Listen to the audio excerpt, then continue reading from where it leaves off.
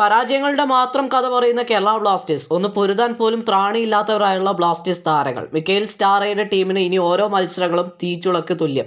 ഇനിയുള്ള ഓരോ മത്സരങ്ങളും ബ്ലാസ്റ്റേഴ്സിന് അതിനിർണായകമാണ്. ആരാധകരാൽ ബ്ലാസ്റ്റേഴ്സ് വലിയ തരത്തിൽ ക്രൂശിക്കപ്പെടുമ്പോഴും ജനുവരി ട്രാൻസ്ഫർ വിൻഡോയിലേക്കാണ് മഞ്ഞപ്പടയുടെ ഓരോ ആരാധകരും ഉറ്റുനോക്കുന്നത്.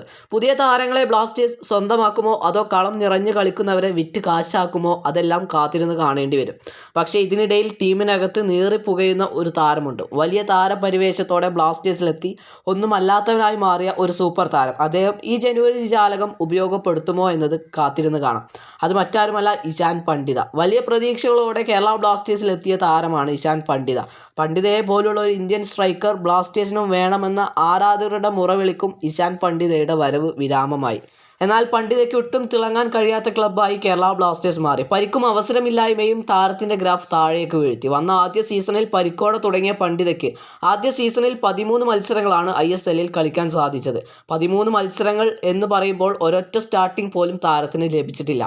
ആകെ കളിച്ചത് 354 മിനിറ്റ് മാത്രം. ഒരൊറ്റ ഗോൾ പോലും താരത്തിന് നേടാനായില്ല. പണ്ഡിത ഗോൾ നേടാത്ത ആദ്യത്തെ ISL സീസൺ കൂടിയായിരുന്നു അത്. എന്നാൽ ഇത്തവണ മൈക്കിൾ സ്റ്റാറയുടെ കീഴിൽ പുതുയുഗം ആശിച്ച പണ്ഡിതയ്ക്ക് പരിക്ക് വിനയായി.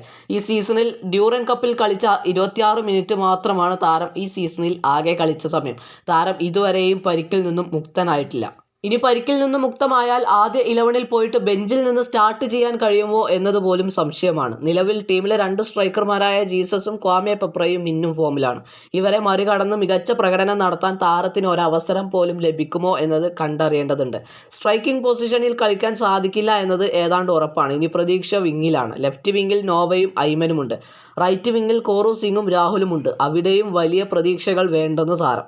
ചുരുക്കി പറഞ്ഞാൽ കേരള ബ്ലാസ്റ്റേഴ്സിൽ ഒട്ടും ഭാവിയില്ലാത്ത താരമാണ് ഇഷാൻ പണ്ഡിത. തിളങ്ങാൻ പോലും കൃത്യമായ അവസരം താരത്തിന് ലഭിച്ചിട്ടില്ല. അത് ക്ലബിൻ്റെ തെറ്റല്ല. കാരണം ക്ലബിൻ്റെ നിലവിലെ ഘടനയിൽ ഇഷാൻ പണ്ഡിത എന്ന താരത്തിൻ്റെ ആവശ്യമേ ഇല്ല. എന്തായാലും ജനുവരിയിൽ എന്തെല്ലാം മാറ്റങ്ങളാണ് ബ്ലാസ്റ്റേഴ്സിൽ ഉണ്ടാവുക എന്നത് കാത്തിരുന്ന് കാണാം.